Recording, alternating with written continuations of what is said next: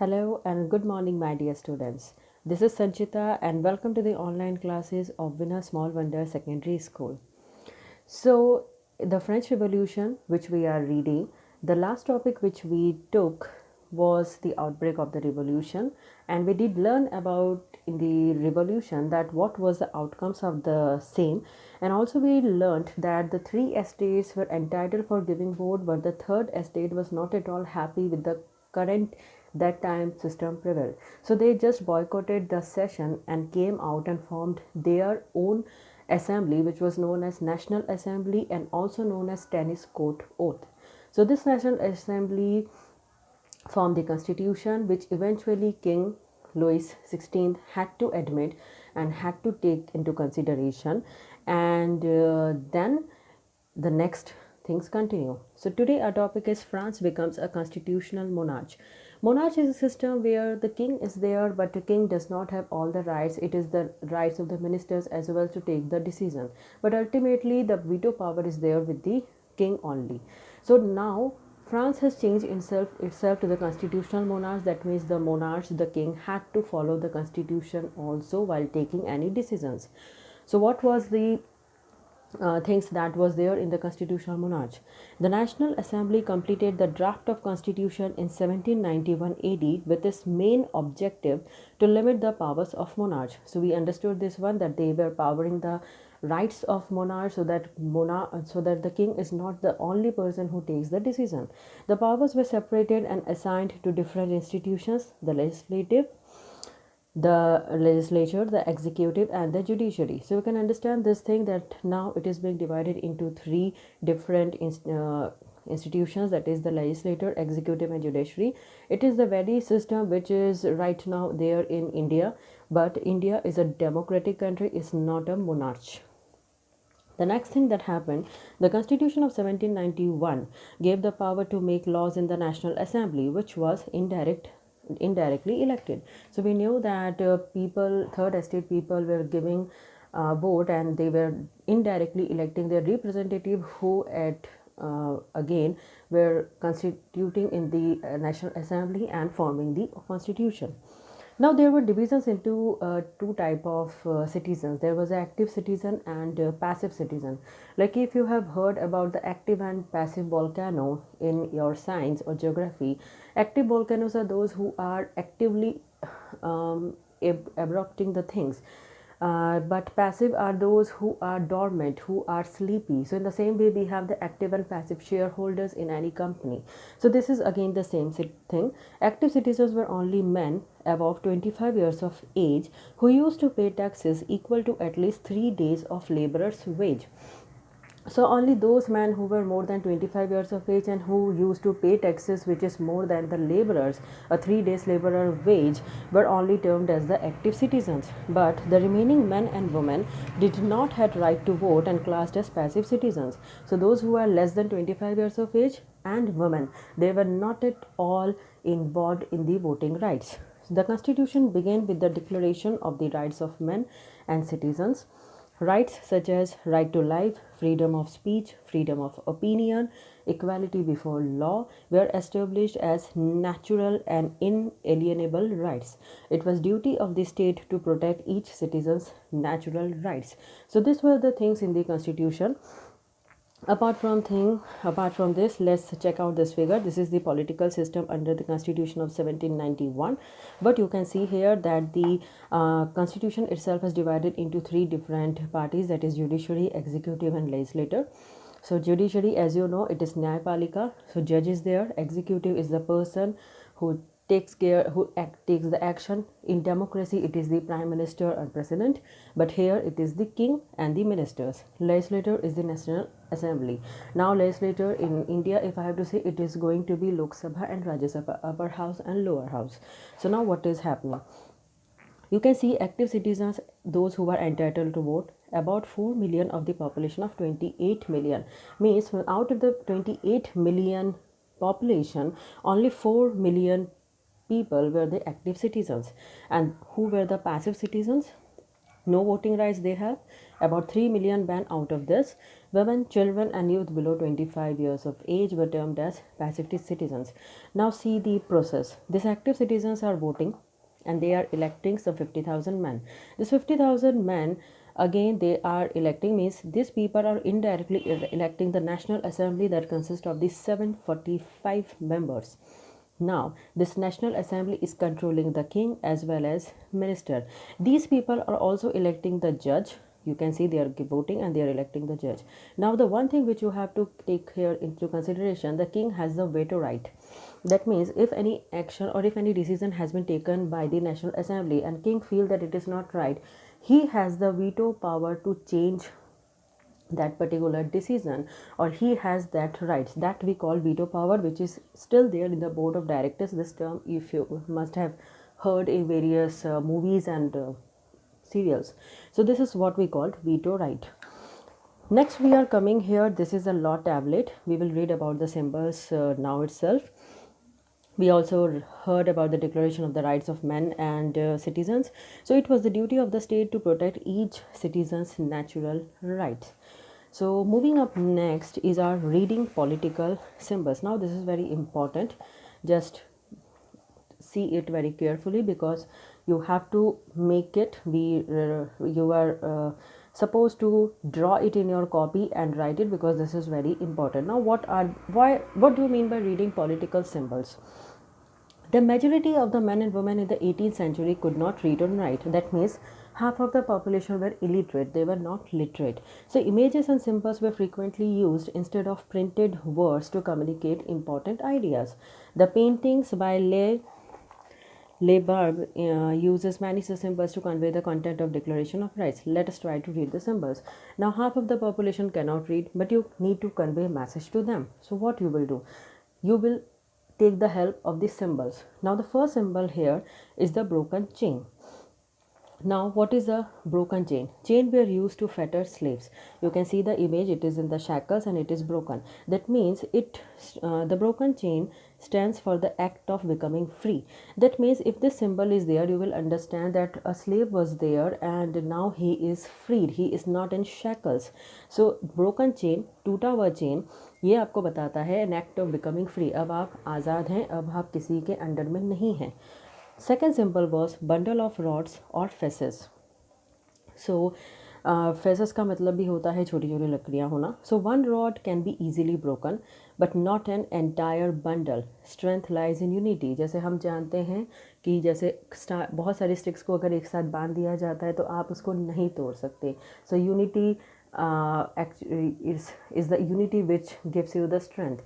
So ये कहना चाहते हैं कि आपको एक साथ में रहना चाहिए. नेक्स्ट अप आ रहा है the I with in a triangle radiating light. एक ट्राइंगल है, उसमें एक आंखें बनी हैं जो कि लाइट रेडिएट कर रही है. अब इसका क्या मतलब है? The all seeing eye stands for knowledge. आँखों का मतलब होता है नॉलेज.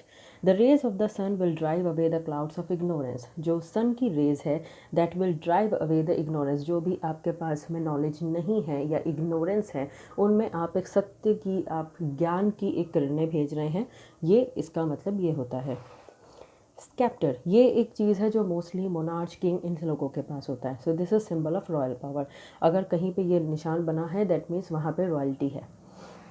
नेक्स्ट आ रहा है snake biting its tail to form a ring. यहाँ पे देखिए एक स्नेक की इमेज है और ये अपनी ही टेल यानी पूंछ को ये खा रहा है. इसका मतलब होता है कंटिन्यूशन, कहीं भी कुछ टूटा हुआ नहीं है. So symbol of eternity. Symbol of eternity का मतलब होता है एक ऐसी चीज़ जो चल रही है, जिसका कोई अंत नहीं है, ये अनंत है. So a ring has neither a beginning nor the end. Then आ रहे हैं हम नेक्स्ट इमेज में. This is red Phrygian cap. Cap worn by a slave upon becoming free. If these people used to see any person who is wearing this kind of cap, that means he used to be slave and now he is free. So it is the symbol of the same. Then blue, white, red, the national colors of France. ये अभी भी France के flag में symbols हैं. Then the winged woman यानी एक angel type की image. Personification of the law. Law जो है उसका पर्सोनिफिकेशन होना. Then the law tablet. ये जो आप देख रहे हैं, this is a tablet like creature. So that law is the same for all and all are equal before law. That means right to equality. यानी देखा जाए तो लॉ के सामने सब लोग समान हैं और वो किसी के लिए भी डिफरेंट नहीं है। सो ये सिंबल्स हैं और ये बहुत इम्पॉर्टेंट हैं ये सिंबल्स। नेक्स्ट अब हम आ रहे हैं, France abolishes monarchy and becomes a republic. अब तक आपने पढ़ा France becomes a constitutional monarch. अब और भी डेवलपमेंट शुरू हुआ एंड फ्रांस ने डिसाइड किया that it is going to abolish monarchy. Monarchy को एबॉलिश करना चाहते हैं, उससे निकलना चाहते हैं और रिपब्लिक यानी गणतंत्र बनना चाहते हैं। सो अब इसमें क्या हुआ था, इसमें जो इम्पॉर्टेंट चीज़ें हुई, Louis 16th had sign the constitution, he entered into secret negotiations with the king of Prussia. So ये सब तो चल ही रहा था, लेकिन कहीं ना कहीं लुइस 16 को लग रहा था कि नहीं, ठीक नहीं है, मुझे तो मेरा सिस्टम वापस चाहिए। I am not happy with the current system that was prevailing. So उन्होंने सबकी आंखों में धूल झोंकते हुए प्रूशिया के जो किंग थे उनके साथ में नेगोशिएशन किया, उनके साथ में कुछ कॉन्ट्रैक्ट किया। So, rulers of other neighbor countries were worried by the developments in France and made plans to send troops to put down the events. तो उन्होंने डिसाइड किया कि अगर फ्रांस में ऐसी अवस्था हो रही है तो दूसरे देशों में भी लोग प्रोटेस्ट में आ जाएंगे। तो इन्होंने लुई 16 की हेल्प करते हुए ट्रूप्स का मतलब अपनी आर्मी को भेजना शुरू किया ताकि वहाँ लोगों को सप्रेस किया जा सके। So the National Assembly voted in April 1792 to declare war against Prussia and Austria. So Austria और प्रूशिया जो देश है उन्होंने वो भेजा था, लेकिन नेशनल असेंबली ने अपने आप में वोट किया और डिसाइड किया कि हम इन देशों के खिलाफ अब युद्ध करेंगे। So among the patriotic songs they sang was the Marseillaise, composed by the poet Rogat de Lisle. Very important point. So it was sung for the first time by volunteers from Marshallese as they marched into Paris and so got its name.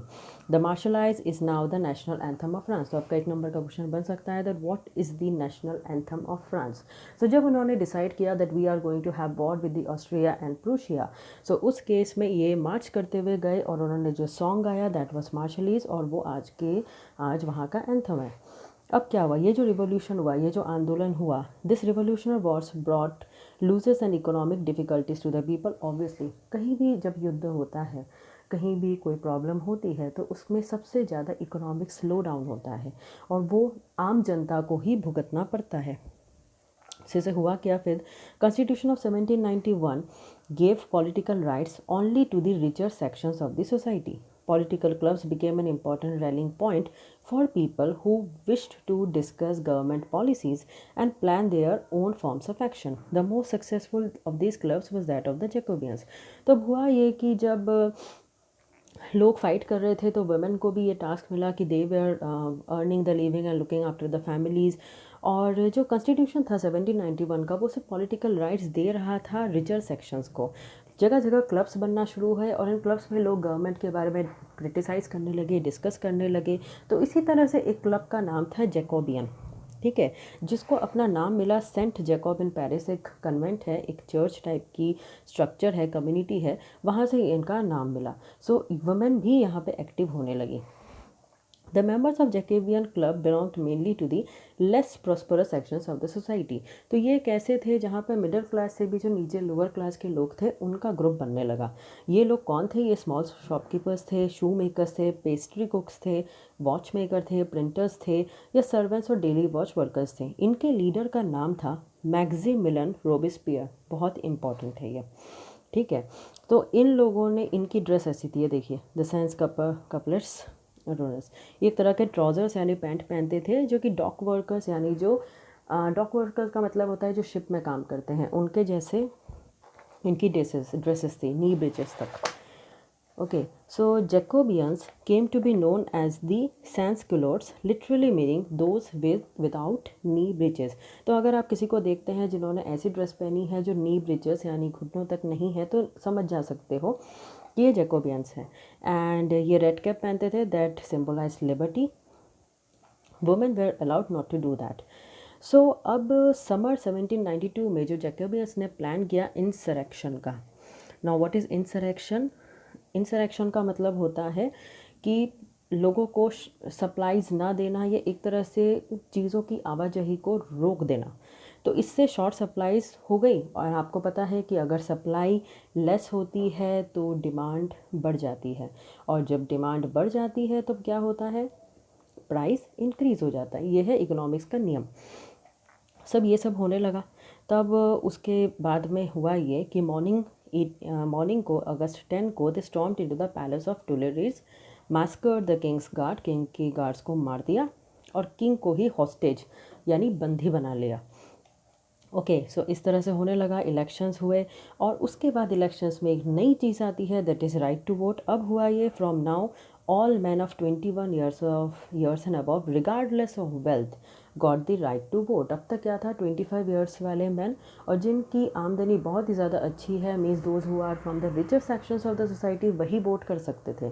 लेकिन अब right to vote हुआ उन लोगों के लिए जो 21 years above है, regardless of wealth. लेकिन याद रखना है कि it is only for man, women अभी तक इसमें नहीं है, ठीक है। So the newly elected assembly was called convention and सितंबर 1792 को एबॉलिश कर दिया गया मोनार्ची को और फ्रांस को डिक्लेयर किया गया रिपब्लिक। रिपब्लिक क्या होता है? अ रिपब्लिक या गणतंत्र is a form of government where the people elect the government including the head of the government, जो कि हमारे देश में भी है, ठीक है। वहाँ पे कहीं भी हेरिडिटी मोनार्ची नहीं है, वंश प्रथा अब नहीं है। तो ये सब होने के बाद में लुई 16 जो कि किंग थे फ्रांस के, उनको सेंटेंस टू डेथ की सज़ा कोर्ट ने सुना दी, यानी उनको फांसी की सज़ा कोर्ट ने, जुडिशरी ने सुना दी on the charge of treason. Treason का मतलब होता है betrayal of one's country's government, यानी गद्दारी करना, आप अपने ही देश के खिलाफ गद्दारी कर रहे हैं, ये चार्ज उन पर लगाया गया और उनको सेंटेंस टू डेथ कर दिया गया। उनका एग्जीक्यूशन यानी उनको फांसी दी गई कब? 21 जनवरी 1793 को।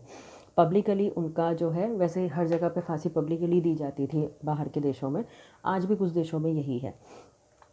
और एग्जीक्यूट किया गया। एग्जीक्यूट का मतलब होता है यहाँ पे एग्जीक्यूट का मतलब है फांसी देना, लोगों के सामने उनको सज़ा देना। एट द पैलेस डा ले कॉन्क्रेट, ये एक जगह का नाम है। क्वीन जो थी लुइस 16 की वाइफ मैरी एंटोनट, उनका भी वही हर्ष हुआ, यानी कुछ समय बाद जो है उनको भी फांसी दे दी गई।